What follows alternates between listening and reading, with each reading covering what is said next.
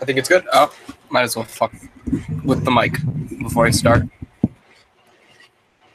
We'll rely on it like that. Hello, ladies and gentlemen, and viewers and all alike. My name is Zack Hardy, and this is my review on Ring of Honor's Final Battle 2017 pay-per-view, which just finished, 16, 17 minutes ago. I think the timestamp, at least here, was 11:58 or 11:59. Something around those lines. It was, I guess, the biggest show in Ring of Honor's calendar year. It's with Ring of Honor, it's a little bit difficult to kind of determine the big show of the year, at least for me, because all of the shows are so good. It's not like a case of, with like WrestleMania, it's just got that big event feel to it. With Call to Greatness, it's just got that, everything is being put into it, and that everything's being put into it kind of moment. And Impact Wrestling, or Bound for Glory, it's essentially the biggest show in name. But with Ring of Honor, it's a case of, like, all the shows are so good. They have such fantastic matches, and they deliver so well. It's hard for me to really believe and grasp my mind around Final Battle being the best show out of all of them, when in reality, to me, the show overall is just, the big pull to it is that it's the final Ring of Honor pay-per-view of the year. But nevertheless, Ring of Honor Final Battle 2017, headlined by Cody Rhodes versus Dalton Castle for the Ring of Honor Championship, just concluded a little while ago, and this is my first Ring of Honor pay-per-view review, and I think my first Ring of Honor pay-per-view that I've watched, at least tried to watch in full, ever. So that is enjoyable. Now, I paid attention to Ring of Honor. I know a lot of the guys there. I know a lot of what goes on there. It's just a case of I never watched a pay-per-view from Ring of Honor until tonight. So it was a case of, it was enjoyable. It was different. It was more tasteful than I had originally expected, because usually when I go into pay-per-views that I don't know much about, I'll kind of take it with, like, all right, maybe let's just hope it delivers. So when it comes through and it delivers, it's tasteful. So I expect little to gain more, I guess, going out of it. Now, two things that people wanted me to touch on. One, Ezra Hills with his injury. It's been confirmed. God, what was it? It was. Won't even fucking tell me. It was patella something. Something. Tear of the patella tendon or the patella tendon or something like that. He'll be out for 4 months and will more than likely miss out on Call to Greatness, primarily because he'll come back right around the time where Call to Greatness is already being finalized. So don't be surprised if they keep him out of the main show for this year, which obviously sucks. He's a great performer, and I guarantee you they had big things lined up for him in the show. It's a shame he won't be there at the show, won't be able to perform, but hopefully he comes back better than ever and gets ready to compete again. So that was the big thing that people wanted me to talk about. The other big thing that people wanted me to talk about was the whole aura about me reviewing Ring of Honor, or my first time watching the show. People talk to me about what a little bit about the show, what the show was made of, what going into it, what to expect, what the big stories were, and I came away from the show very supportive of some characters, very, blown away by some others, and overall it was a fun night of wrestling. Now, I will say right now, I missed the first 3 matches on the show, which ended up being Matt Taven against Will Ospreay, War Machine against The Addiction, or Bad Influence / Kazarian and Christopher Daniels, and Jay Lethal and Marty Scurll, which I was very upset about, because the latter two I really wanted to see. So overall, I can't really give my whole idea on the match, just my idea and takeaway from the performers themselves, as everything starts falling apart here. First match was between Matt Taven and, or with TK O'Ryan, part of the Kingdom, with TK O'Ryan and Vinny Marseglia against Will Ospreay. Matt Taven wins against fucking hell. Matt Taven beats Will Ospreay with the Kingdom in his corner. I'm all for that. Now, a lot of you may not know enough about Matt Taven. The only reason that I kind of knew about him and the Kingdom going into this show was because Matt Taven was a former Northeast Wrestling champion, which is, you know, the main indie show that takes place, or, you know, in Connecticut and New York and so on and so forth. So that's how I know him from. That's how I kind of got, you know, involved in his shit.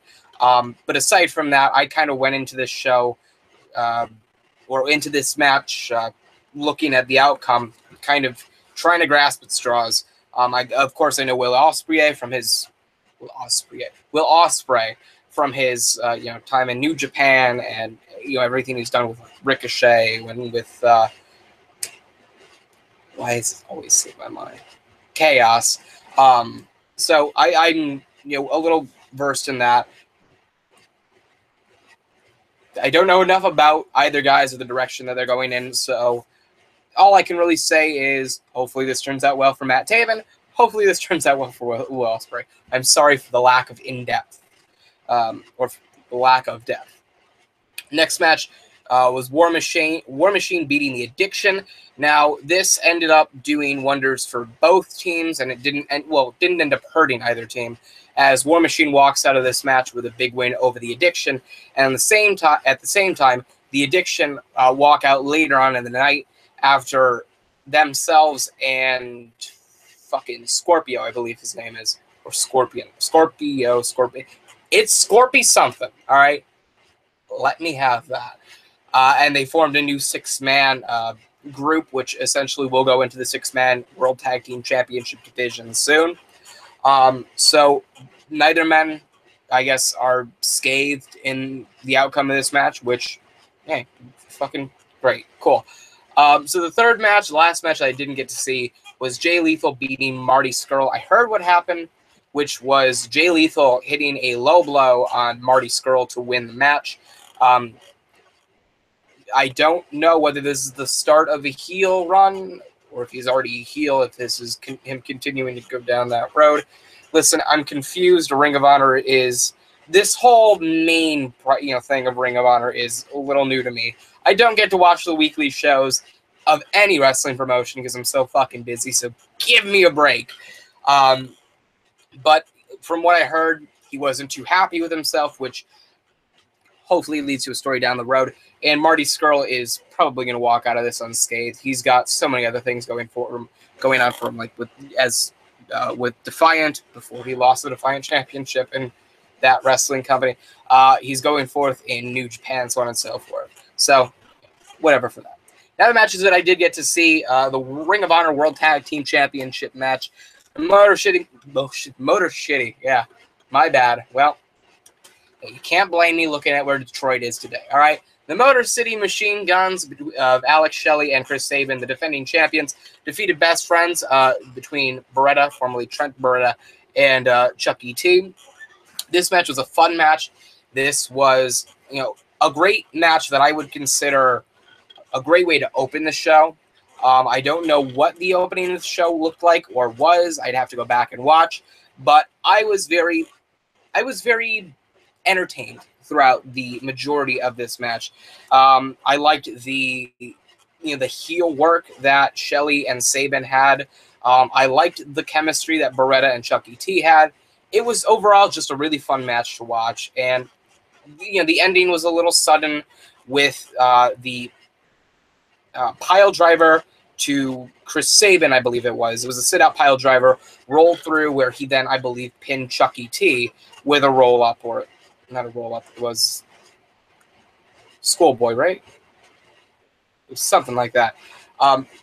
Essentially, it was just a out-of-nowhere roll-up for the 3 count and the win, giving the Motor City Machine Guns the win to retain the Ring of Honor World Tag Team Championships. I'm happy with that. I've been familiar with the Motor City Machine Guns and their work for years. I've seen a little bit of Trent Beretta with his run with... Gotta forgive me.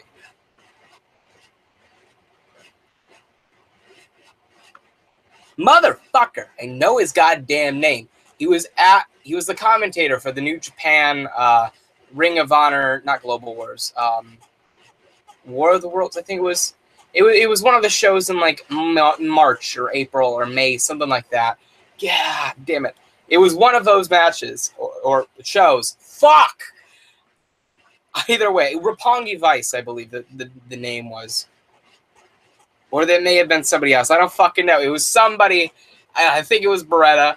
That's really from what I'm familiar with him from. And, you know, it's cool to see how far he's come since being a castaway in the WWE. And I'm all for it. I like the chemistry that the best friends have. And like, of course, what the Motor City Machine Guns have going on. They're one of the most all-around best put-together tag teams in wrestling from my childhood and continuing to go forward. So I'm all for it. Next match was Silas Young Kenny King in the four-way elimination, defending his Ring of Honor World Television Championship against Silas Young, Punishment Martinez, and Shane Taylor. Didn't know much about anybody except for Kenny King from his time in TNA / Global Force Wrestling / Impact Wrestling, even though it was only TNA at that point in time.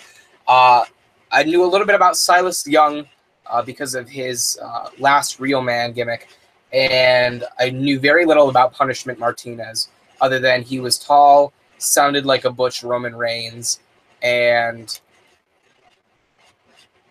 was the devil on earth. That's pretty much what I know. So he was the first person to come out, and his entrance with, his Legion, or whatever they called it, totally on board. Fucking hooked on Punishment Martinez. Now boost that motherfucker to the World Championship picture. And that's, of course, just me, getting behind the dark characters that are done so well. I got behind Bray Wyatt for a period of time when he was actually believable.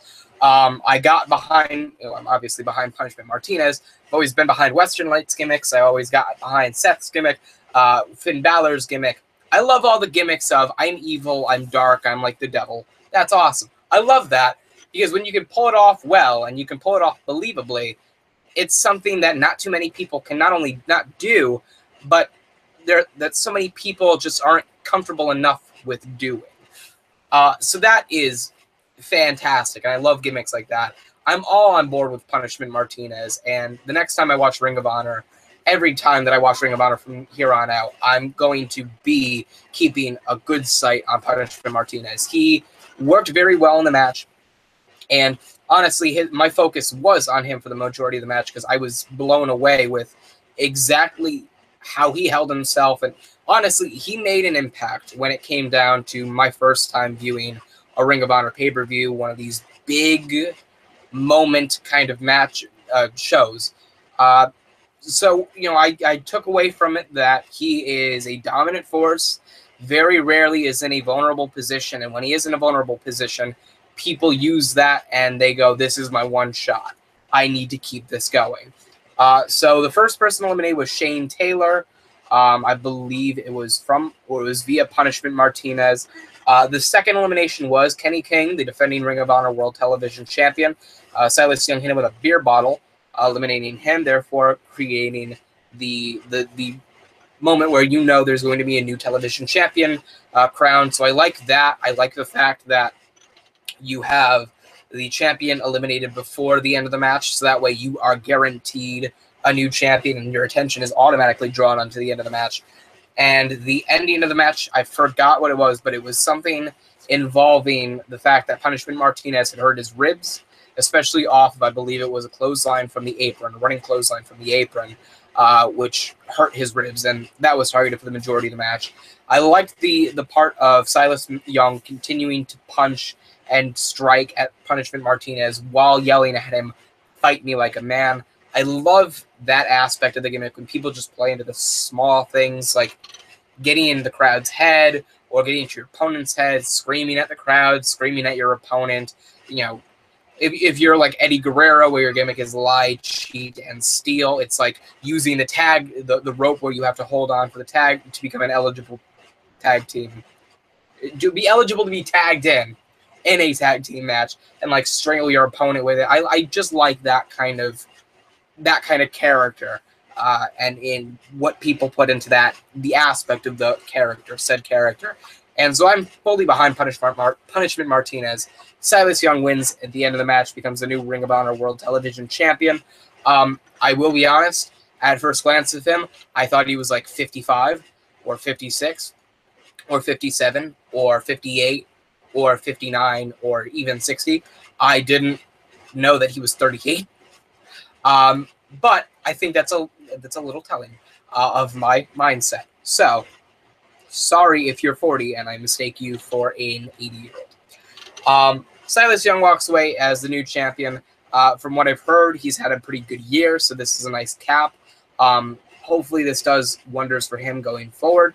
And honestly, I'm most left speechless by Punishment Martinez. It was surprising to see somebody of that stature, that height, that persona, and character be focused on so heavily in the match. And you could tell that they had bigger things planned for him going forward. He honestly was one of the biggest aspects and talking points for me of the entire show. So that is that. So Silas Young is your new Ring of Honor World Television Champion. The next match was the New York City or the New York Street Fight, as we are in the Hammerstein Ballroom tonight for Final Battle 2017, or last night by technicality. The Briscoes, Jay and Mark Briscoe, defeated Bully Ray and Tommy Dreamer. This match was all-out chaos. Getting into the main event later on, Cody Rhodes did a blade job, and you also saw Bully Ray do a blade job. Usually if it's like a secondary show, I would like one or two, or no. Usually, no matter whether it's a secondary show or a main show, one blade job is enough. If it's gonna exceed one, at that point, it's like, how many can you do until it becomes unnecessary to a point? However, I will give Final Battle a pass, even though it's not a B show. You can stop commenting that. I know it's essentially the WrestleMania of Ring of Honor's pay-per-view year, but it was a case of no matter whether it was a WrestleMania or not, I just felt like more than one blade job is excessive. Like, it shouldn't be every single week. It shouldn't be every single pay-per-view. It should be when it matters most, tells great story, and adds this aspect that, blows you away. Now, I'll give this a pass because the whole story was that this was Bully Ray's, or possibly Bully Ray's last match, and he signed up knowing that not only is he going to get hurt, but this could end his career. He wants revenge on the Briscoes, so it was a case of many months back, Bully Ray helped the Briscoes, came to their aid. Later on, they attacked him and concussed him, giving him head trauma, therefore making Bully Ray worried about his future and his safety. So he was contemplating walking away from wrestling. He, at this point in time in his life, he can't really deal with head trauma the same way he could have if he was 27, 28.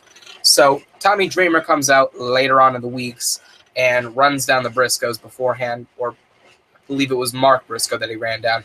Jay came out to his aid, seemed to be apologizing to Tommy Dreamer, and instead low-blowed him, making the Briscoes the heel factor in this match.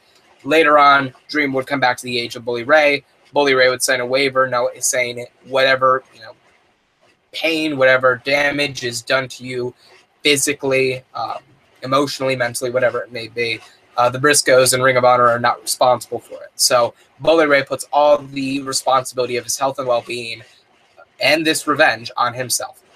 So I loved that story. And I liked that Tommy Dreamer was coming into Ring of Honor for one night and one night only to come to the aid of his friend.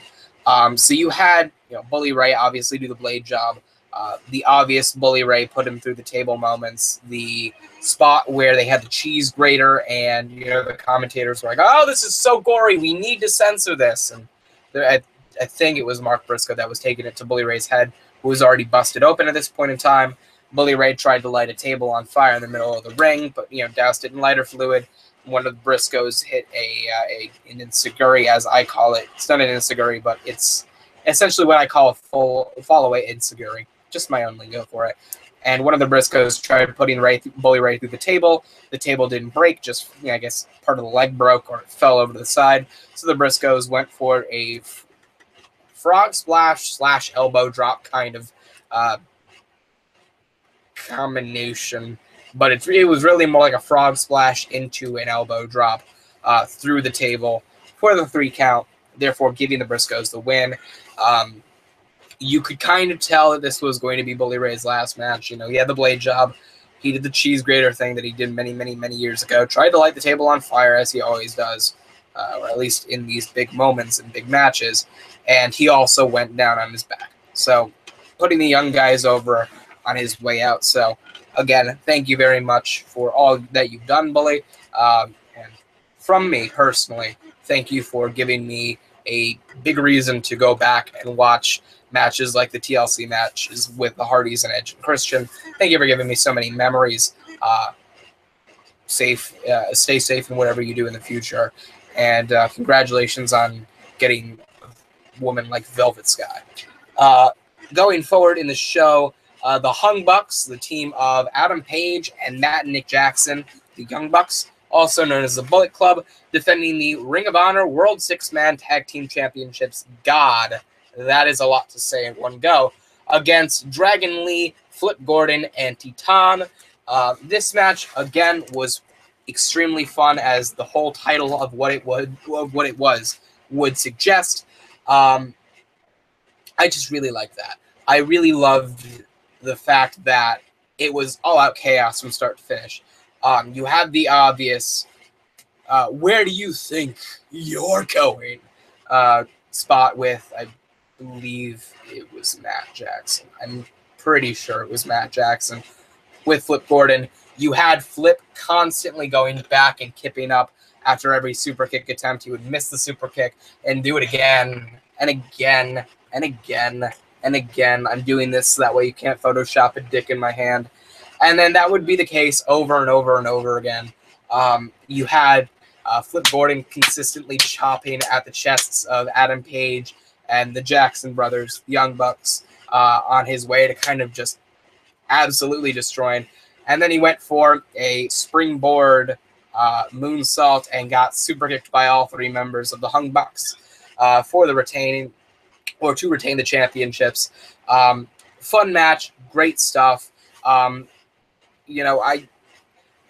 more I see the Young Bucks, the more I see the more I see comedy than I see legitimate wrestlers. It's like I'm not taking anything away from the Young Bucks, but when I look at them and I watch their matches, it's a case of, I think, one of 2 things. It's either that was a really, really fun match, or these guys are hysterical. It's virtually never, that was a fantastic match. Like, it's for me at least, it's never a case of, oh, this match feels like an instant classic, or this match feels like one of the best on the card.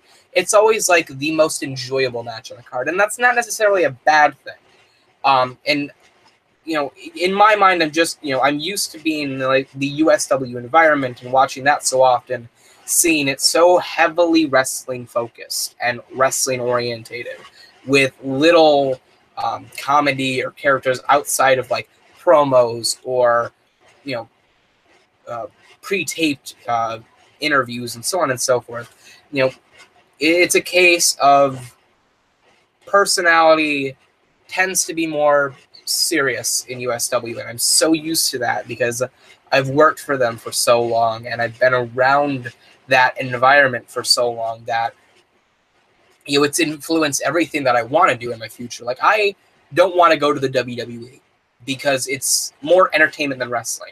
I want to go to somewhere that is full on a wrestling company. There's entertainment parts of it, but it's like it treats wrestling like it should be, and it's treated respectably, not like it's second fiddle to something. Like, I always believe, as USW's motto for marketability is, marketability should always be determined on wrestling ability and the ability to tell stories.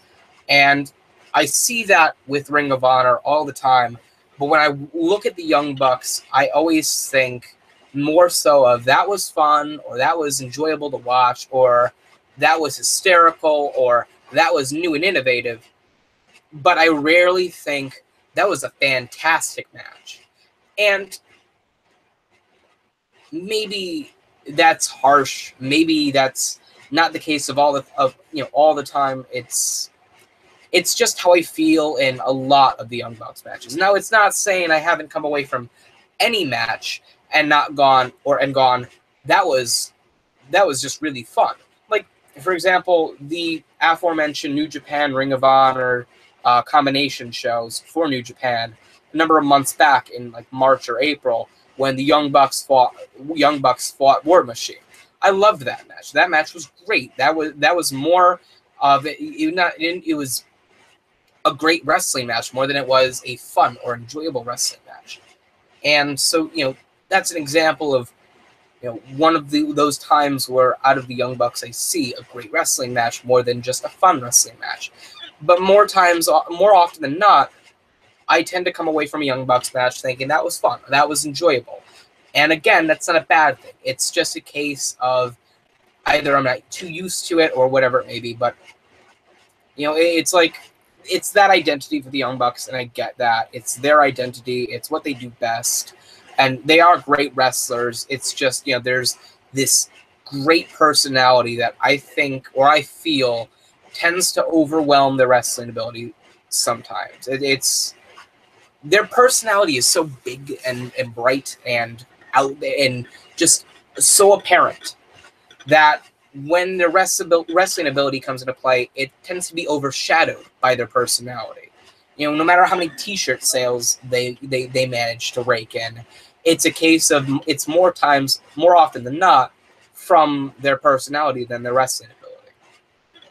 And that's just my opinion. Granted, everybody has their own opinion, and everybody has their distinct, opinion on what it may be, but that's just where I see the Young Bucks overall. And granted, that could be because of their being the Elite show, which, by the way,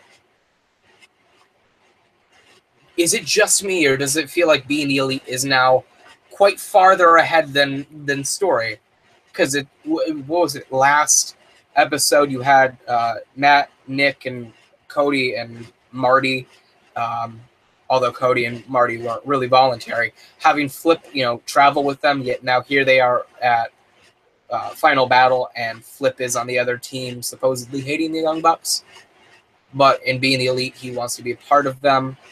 I mean, I get that being the Elite kind of drags into story that sometimes comes across on TV, but it's like there's a plot hole there that, whether it was intended or not, or whether it was even storyline-wise existing or not, it's still there. So maybe that's just me. But whatever. I enjoyed the match. It was fun. It was enjoyable. And overall, it shows what great work Flip can do, what great work Matt and Nick can do, and especially, how popular Adam Page is becoming. He used to be that guy lost in the shuffle of the Bullet Club, and then being the Elite took off, he became the centerpiece of it. And now I'm just waiting for the battle of penises between him and Joey Ryan, as homophobic as that sound. Not homophobic. Homoerotic, maybe, as that sounds. As gay as that sounds. For all intents and purposes, that is going to be a moment when worlds shift in wrestling.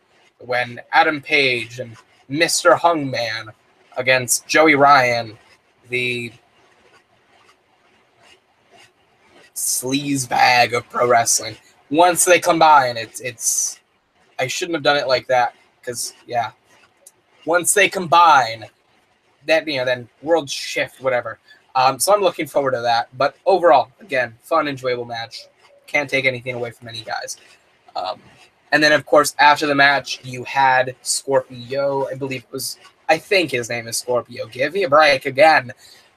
Scorpio attacks Flip Gordon after the match, after the Addiction had already laid out the Hung Bucks, and therefore Scorpio joins forces with Frankie Kazarian and Christopher Daniels, creates a new six-man force, which I guarantee will be in the six-man or the Ring of Honor World Six-Man Tag Team Championship picture fairly soon. So we get into the final match, the main event of the evening. Dalton Peacock Castle going one-on-one with the defending champion Cody, former Rhodes, with Brandy Rhodes on her side. So a number of weeks ago, Cody Rhodes attacked Castle, and then shipped the boys out to OVW. Well, not OVW directly, but just like with what Shawn Michaels and Triple H did with the Spirit Squad a number of years ago, over a decade ago now. I thought that was that clincher. It shows the character that Dalton Castle is. He cares about the boys. He cares about his, I don't want to say proteges, but he essentially sees them as not, well, equals, but he sees them as, I guess, part of his family, just family that he runs and operates, if that's anything, whatever. But I'm saying it right now. Out of anybody in Ring of Honor, whether it's Cody Rhodes or Marty Scurll or the Young Bucks or Jay Lethal or even the women like Taylor Hendricks and Brandy Rhodes, by far, my favorite character in Ring of Honor, so glad when he re-signed, was Dalton Castle. The Peacock himself, Dalton fucking Castle, the man. By the way, Women of Honor, the Ring of Honor subdivision for the women's division, will be crowning a Women of Honor champion next year. So that's something to look forward to. So Dalton Castle goes into the match, having lost a number of months ago to then Ring of Honor World Champion Christopher Daniels. So the story is he's learned from that match, and now Cody Rhodes has made it personal. It's no longer about the Ring of Honor World Championship. It's personal between him and Cody Rhodes. So I like that storytelling. So Dalton Castle comes out to the ring with his boys flocked in all, the peacock in arms, so on and so forth. And then Cody Rhodes comes out with, of course, the new Ring of Honor World Championship, which, honestly, I like the old one better just because I love the circular Ring of Honor World Championship design. One of my favorite belt designs in wrestling. This one, I don't hate. I don't see it as butt ugly. I feel like it's very New Japan influenced.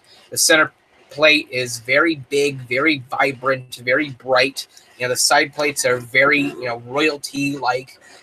So there is, that. I love the look of the Ring of Honor World Championship. And Cody Rhodes is now platinum blonde, apparently. So cool for him. This is okay. Nothing to complain about here. The match, I think, just for me, I think it should have gone on, not just for me, but just in my opinion, I think it should have gone on maybe a good 5-10 minutes longer. I felt like the match was shorter than it should have been. Like, it could have been so much more.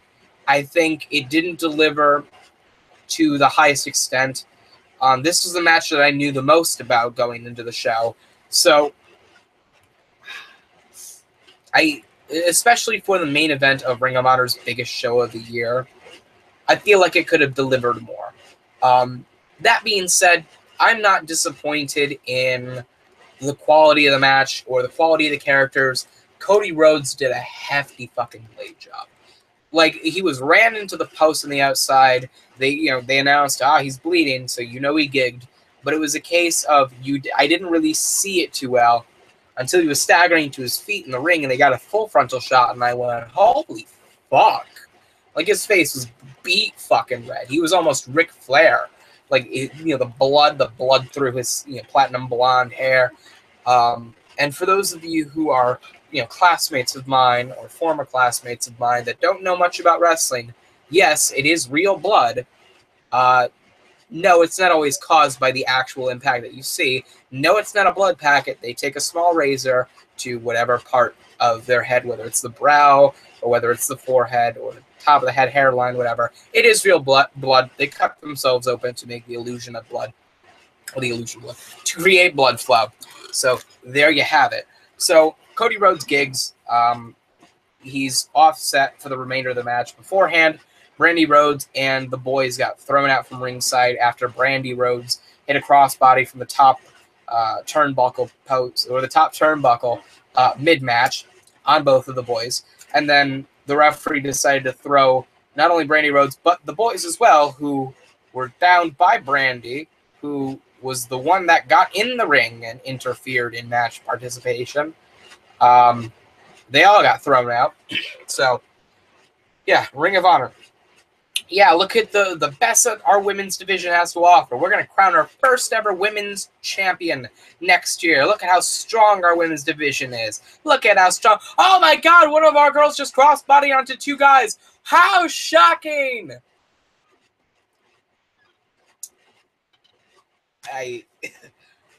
You show the strength of the women's division, yet are so stunned and awed when they crossbody from the top rope onto two men on the outside and then chase them to the back after getting ejected.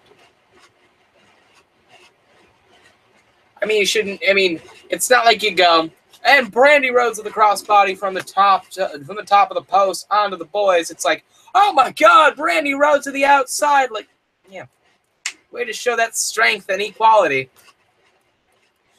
Do good, Ring of Honor. So that ends up going of that. Cody Rhodes blades after running into the post. And then for the majority of the match, it's a case of Dalton Castle hitting what I like to call the whirly bird. I don't remember what it was called exactly, but I like to call it the whirly bird. And so if it's not the title of the move, it fucking should be. So the entire match, I'm just looking forward to seeing what the outcome is. From what I saw from the last couple of months and what the last Ring of Honor World Championship shot was for Dalton Castle, I was not. I mean, I know it was the WrestleMania of the show, so it's like, all right, this is the culmination. But at the same time, I was thinking they may have him lose and give him one more shot a couple of months down the line, maybe next year. So I was left, kind of on the balance of maybe it'll happen, maybe it won't. So when Dalton Castle did hit the whirly bird for the 3 count, I was very stunned. I thought Cody Rhodes was going to get a foot on the rope since he was so close, but he didn't. Dalton Castle gets the 3, becomes the new Ring of Honor World Champion. Fucking deserved! Well deserved. The boys come out to celebrate, become a human chair. Wow, Marty Scurll. Yep, I was going to say Marty Scurll. Oh, no, I wasn't even going to say Marty Scurll. I was going to say Martin Scurll. Allow Dalton Castle to sit on the human chair, holding the championship up high, and that is the closing moments to Final Battle and Ring of Honor's year in 2017. So honestly, great way to end the show. Great way to close out your year. Fantastic to see Dalton Castle with the strap. Fantastic to see long-term storytelling work out. Fantastic to see that blading even in 2017 can be such a vital part of build-up when done right, and not often enough, and not often. So there you have it. I feel like I'm robbing everybody from a fair review with this show because I did miss the first 3 matches, which were essentially almost or at least close to half of the entire show. But from what I saw, excluding Taven Ospreay, excluding War Machine Addiction, excluding Skrull Lethal, I liked the show. I thought it was enjoyable. Out of 5 stars, I'd give it a 3.25. I'd probably end up giving it a 3.5 if I saw the first 3 matches. But from what I saw and from what I heard, Skrull versus Lethal was very good. I'm going to give it a 3.25. I'll look back at the first 3 matches and then decide whether I want to give it a 3.5 or not, and I'll probably tweet about it or whatever. But that is my rating for as it stands. Honestly, good show. I will watch the next one, whatever it happens to be. So yeah, there is that. With that being said, I don't believe I have live comments on, and I don't have that for a reason, primarily because I hate when I can't get to your comments and you feel like I'm ignoring you. So with that being said, thank you guys for watching. I sincerely hope you enjoyed. That was my review on Ring of Honor's Final Battle 2017. Remember to like, comment, and subscribe for more. By the way, just out of saying, my channel has had a little bit of an increase when it comes down to viewership and subscribers. I don't know whether that's the Adam Blampied video that now blew up and got over 3,000 views. I don't know where most of you are coming from, but wherever you're coming from, thank you for subscribing and thank you for being a part of my channel and helping me grow on YouTube. It's very much appreciated, and thank you for determining that I am well within worth of your time. So that being said, thank you guys for watching. I sincerely hope you enjoyed. Remember to like, comment, and subscribe for more. I'm Zack Hardy, signing off.